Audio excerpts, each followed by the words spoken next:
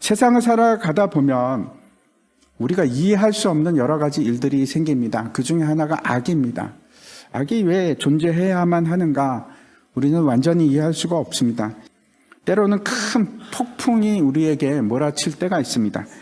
왜 그런 일이 나에게 일어날까? 저 사람은 아닌 것 같은데 왜 나일까? 그런 가운데서 우리가 어떻게 하면 평안을 얻을 수 있을까요? 오늘 본문을 통해서 이제 풍랑이 막 일고 파도가 칠 때, 폭풍이 몰아칠 때, 그러면 우리는 어떻게 할 것인가? 오늘 본문을 통해서 어떻게 하면 우리가 평안을 찾을 수 있을까? 우리가 배웠으면 좋겠습니다. 자, 24절 말씀 한번 보시기 바랍니다. 바다에 큰 놀이 일어나 물결이 배에 덮이게 되었으되 예수께서는 주무시는지라. 제자 중에는 뱃사람들이 꽤 있었습니다. 그 사람들이 아마 갈릴리에서 어부로 활동하면서 돌풍을 많이 만났을 겁니다. 근데 그런 것이 아니고 이거는 너무나 놀라운 돌풍인 겁니다. 굉장히 큰, 도대체 어떻게 설명할 수 없는 큰 폭풍과 같은, 그래서 단어가 이 큰 놀이라고 되어 있는데 저게 놀이라는 것이 어떤 건 지진이라는 뜻입니다. 그렇게 표현할 정도로 천재지변이 일어났다 이런 얘기를 하는 겁니다. 그런 상황에서 이제 어떻게 기록하고 있는가 하면 예수님이 주무시고 계십니다. 그 난리가 난 상황에서 예수님은 어떻게 그렇게 주무실까? 감각이 잘 없으신가? 예수님은? 도저히 어찌할 수 없는 그 제자들이 예수님을 흔들어 깨우기 시작합니다. 25절 한번 보시기 바랍니다.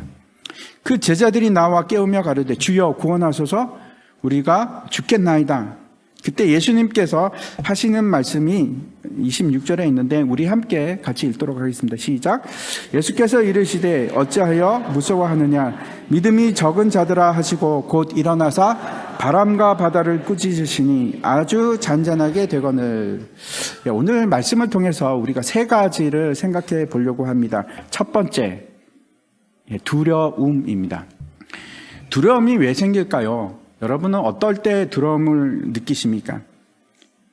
우리 주변에는 늘 우리 평안을 깨는 일들이 일어납니다. 두렵게 하고 우리가 도대체 이해할 수 없는 그런 일들이 일어납니다. 사랑하는 사람이 죽기도 하고 또 다른 사람이 나를 거부하기도 하고 직업을 잃기도 하고 내가 아무리 애를 써도 안 되는 일들이 일어납니다. 그게 다 우리가 통제할 수 없는 사건들입니다. 우리는 내가 통제할 수 있다고 생각하지만 착각입니다. 통제 안 되는 것이 너무 많습니다. 그럴 때마다 우리는 두려움을 느낍니다. 폭풍우가 엄습해 올 때 내가 아무것도 할 수 없어서 제자들이 두려움에 빠집니다. 내가 할 수 있는 일이 아무것도 없으면 도대체 우리는 뭘 할 수 있을까요? 제일 먼저 해야 될 게 있습니다. 여러분, 상황을 받아들이셔야 합니다. 내가 아무것도 할 수 없다는 것을. 만약에 어떤 경우에 내가 이걸 극복하고 싶다. 그러면 일단 그냥 받아들이셔야 합니다. 항복하는 게 너무 중요합니다. 그리고 나서 내가 바꿀 수 있는 거, 내가 만들어낼 수 있는 거, 어떤 겁니까? 관계입니다. 제일 중요한 관계가 있습니다. 하나님과의 관계입니다. 믿음은 두려움과 굉장히 밀접한 관계에 있습니다. 반대 개념입니다. 믿음이 커지면 두려움은 작아지고 믿음이 작아지면 내 두려움은 커집니다. 요한일서 한번 보시기 바랍니다. 요한일서 4장 말씀입니다. 사랑 안에 두려움이 없고 온전한 사랑이 두려움을 내쫓나니 두려움에는 형벌이 있습니다. 두려워하는 자는 사랑 안에서 온전히 이루지 못하였느니라. 만약에 우리가 하나님에 대한 확신이 있으면, 하나님께서 나를 사랑한다는 그 확신이 있으면, 그래서 사망이나 생명이나 그 어떤 피조물이라도 우리를 예수 그리스도 안에 있는 하나님의 사랑에서 끊을 수 없느니라 하는 확신을 가지고 있다면 우리는 두려워할 것이 없습니다. 요한일서에서 한번 보시기 바랍니다. 5장 5절입니다. 같이 읽겠습니다. 시작. 예수께서 하나님의 아들이심을 믿는 자가 아니면 세상을 이기는 자가 누구냐? 두려움을 이기는 것은 뭐라고 얘기합니까? 예수 그리스도를 믿는 믿음이라고 얘기를 합니다.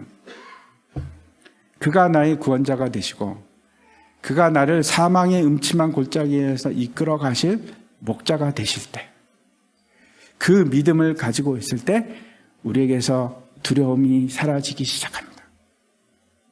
여호와는 나의 목자시니 내가 부족함이 없으리로다. 그 고백을 할 때 내 모든 것을 예수님께 맡기기 시작할 때 두려움이 나에게서 떠나가기 시작합니다. 두 번째 우리가 생각할 것은 순종입니다. 순종. 27절 말씀 한번 보시기 바랍니다. 그 사람들이 놀랍게 여겨 이르되 이가 어떠한 사람이기에 바람과 바다도 순종하는가 하더라.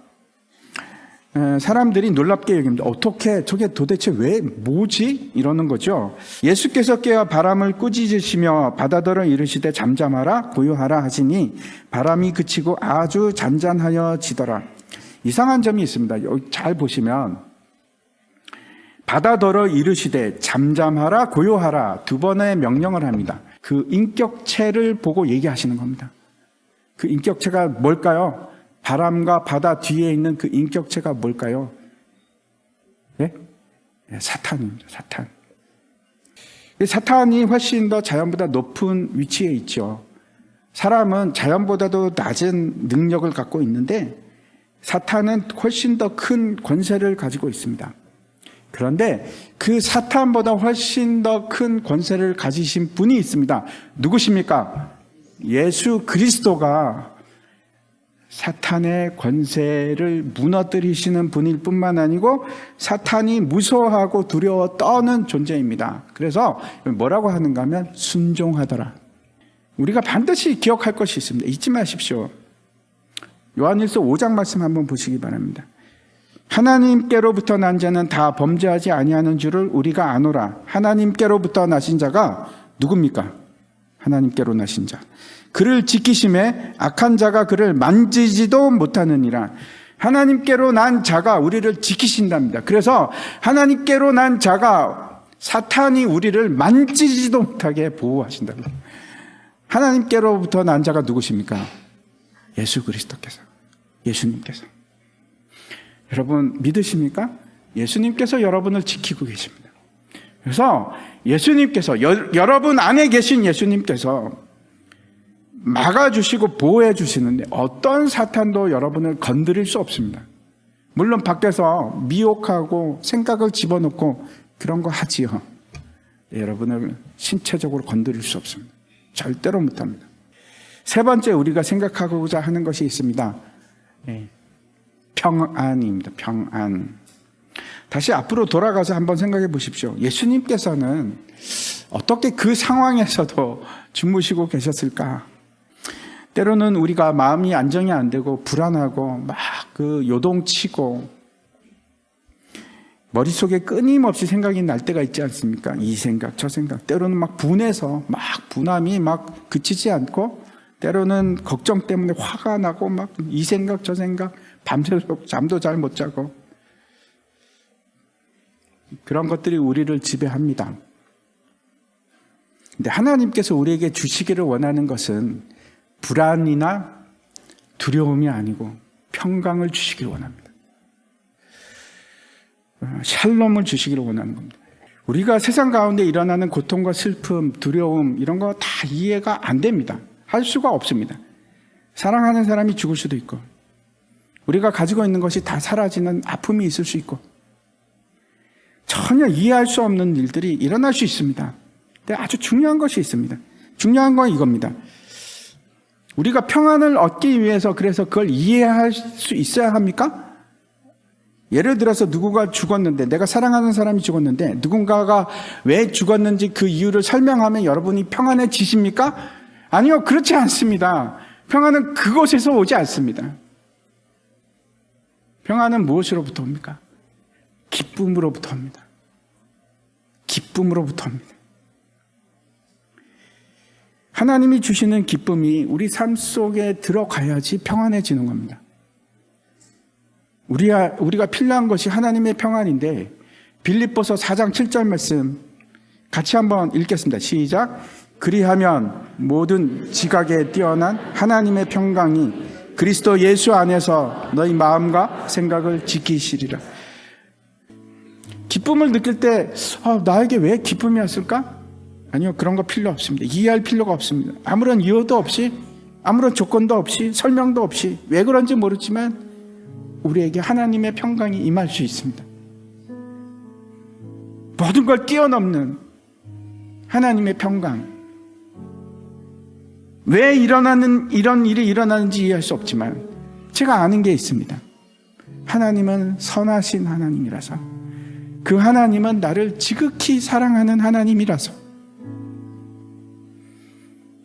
그래서 그 하나님은 늘 나에게 최고로 좋은 것을 내 평생도록 주기를 원하시기 때문에, 이해를 뛰어넘어서 그 모든 것을 초월하는 하나님의 평강이 주시는 기쁨이 누구를 통해서 온다고요? 예수 그리스도를 통해서. 요한복음에서는 이렇게 얘기합니다. 요한복음 14장 27절입니다. 평안을 너희에게 끼치노니 곧 나의 평안을 너희에게 주노라. 내가 너희에게 주는 것은 세상이 주는 것 같지 아니하니라. 너희는 마음에 근심하지도 말고 두려워하지도 말라. 우리는 스스로 평안을 만들어낼 수 없습니다. 언제나 외부로부터 와야 됩니다. 평안은 우리 것이 아니고 외부에 있습니다. 근데 참 평안은 누구에게만 있습니까? 예수 그리스도에게만 있습니다. 다른 것 찾지 마십시오. 거기에는 평안이 없습니다. 삶을 살다 보면 우리에게 광풍이 불고 어려운 일이 일어날 겁니다. 끊이지 않고 있을 수 있습니다. 근데 하나님께서 우리에게 약속하신 것은 내가 너희에게 광풍을 절대로 주지 않겠다가 아닙니다. 그런 약속을 하신 적이 없습니다. 하나님께서 우리에게 약속하신 것은 내가 예수 그리스도를 통해서 너에게 평안을 주리라. 내가 예수 그리스도를 통해서 너에게 안식을 주리라. 예수 그리스도와 한 배를 탄다면, 예수 그리스도를 내가 따라간다면 예수님은 반드시 우리에게 평안을 주시는 분이십니다. 예수님께서 주시는 그 샬롬이 저와 여러분에게 있기를 축원합니다.